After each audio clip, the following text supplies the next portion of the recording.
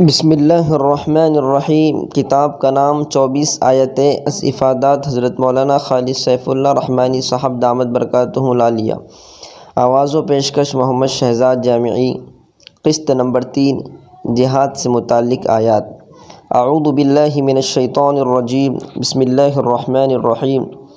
وَدُّوا لَوْ تَكْفُرُونَ كَمَا كَفَرُوا فَتَكُونُونَ سَوَاءً فَلَا تَتَّخِذُوا مِنْهُمْ أَوْلِيَاءَ حَتَّى يُهَاجِرُوا فِي سَبِيلِ اللَّهِ فَإِن تَوَلَّوْا فَخُذُوهُمْ وَاقْتُلُوهُمْ حَيْثُ وَجَدتُّمُوهُمْ وَلَا تَتَّخِذُوا مِنْهُمْ وَلِيًّا وَلَا نَصِيرًا۔ سورۃ النساء۔ ترجمہ: وہ چاہتے ہیں کہ جیسے یہ لوگ کفر کر رہے ہیں تم بھی کفر کرو تاکہ تم ایک جیسے ہو جاؤ، تو تم ان میں سے کسی کو دوست نہ بناؤ جب تک وہ اللہ کی راہ میں ہجرت نہ کر جائیں۔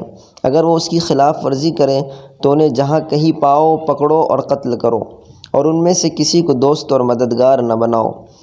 اس آیت کا پس منظر یہ ہے کہ اس وقت اہل مکہ نے مسلمانوں کو بے حد اذیت پہنچائی تھی، یہاں تک کہ ان کے قتل کے درپے ہو گئے، تو مسلمانوں کو مجبور ہو کر ترک وطن کرنا پڑا اور انہوں نے مکہ سے مدینہ ہجرت کی۔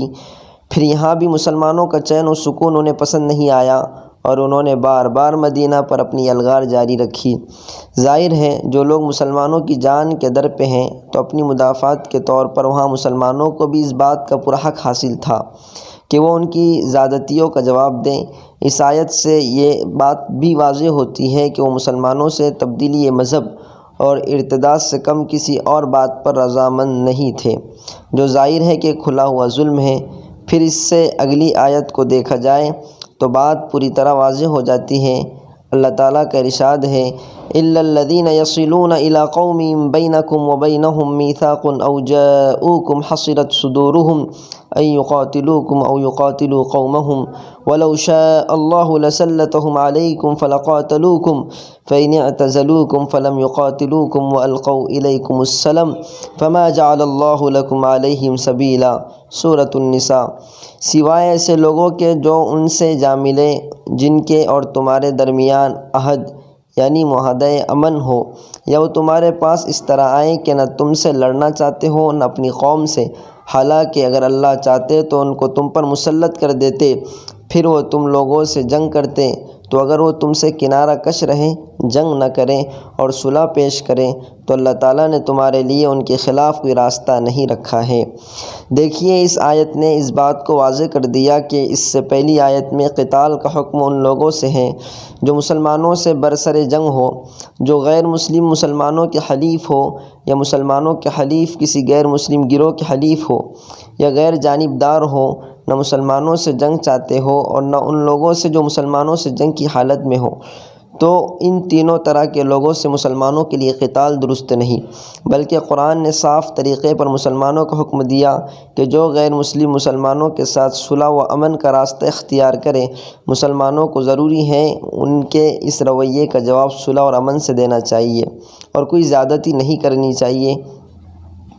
دوسری آیت: یا ایھا النبی حرض المؤمنین علی القتال ان یکن منکم 20 صابرون یغلبوا 200 وان یکن منکم 100 یغلبوا 1000 من الذین کفروا بانہم قوم لا یفقہون۔ سورہ انفال۔ اے نبی، ایمان والوں کو قتال پر آمادہ کیجیے۔ اگر تم میں سے 20 آدمی بھی ثابت قدم ہوں گے تو 200 پر غالب آ جائیں گے، اور اگر 100 آدمی ایسے ہوں تو 1000 منکرین پر بھاری رہیں گے، کیونکہ یہ ایسے لوگ ہیں جو سمجھ نہیں رکھتے۔ یہ آیت رسول اللہ صلی اللہ علیہ وسلم پر غزوہ بدر کے بعد نازل ہوئی، بلکہ یہ پوری صورت ہی زیادہ تر غزوہ بدر کے واقعات اور اس واقعے سے متعلق شرعی احکام پر مشتمل ہے۔ غزوہ بدر ان حالات میں ہوئی کہ مسلمان ظلماً مکہ سے نکال دیے گئے تھے۔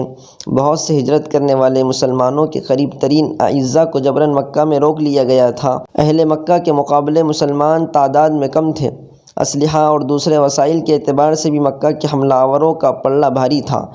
اس پس منظر میں مسلمانوں سے کہا گیا کہ وہ اپنی تعداد کی کمی پر نظر نہ رکھیں، بلکہ اپنے مقصد پر نگاہ رکھیں کہ مکہ کے لوگ تو بن سمجھے بوجھے محض اکسانے پر حملہ آور ہو رہے ہیں، اور مسلمانوں کا مقابلہ کرنا ایک خاص مشن کے تحت ہے، اس لیے اگر تم کم بھی ہو تو زیادہ لوگوں پر غالب آ سکتے ہو۔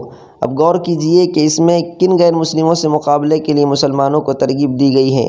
ان غیر مسلموں کے خلاف جو نہ تھمنے والے تلاطم کی طرح آگے بڑھ بڑھ کر مسلمانوں پر حملہ کر رہے تھے اور ان کے جان و مال کے در پہ تھے۔ اگر مسلمانوں کی طرف سے پہل ہوتی تو یہ جنگ بدر کے بجائے جو مدینہ کے قریب واقع ہے مکہ کے قریب ہوئی ہوتی، تو کیا حملہ آوروں کے لیے مقابلہ پر ابھارنا کوئی ناواجبی بات ہے؟ اگر ہمارے ملک پر دشمن حملہ آور ہوں تو کیا ہمارا یہ فرض نہیں ہوگا کہ ہم اہل وطن کو ان سے مقابلے کی ترغیب دیں؟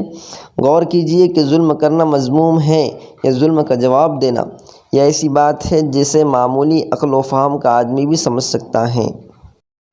شامل عبادت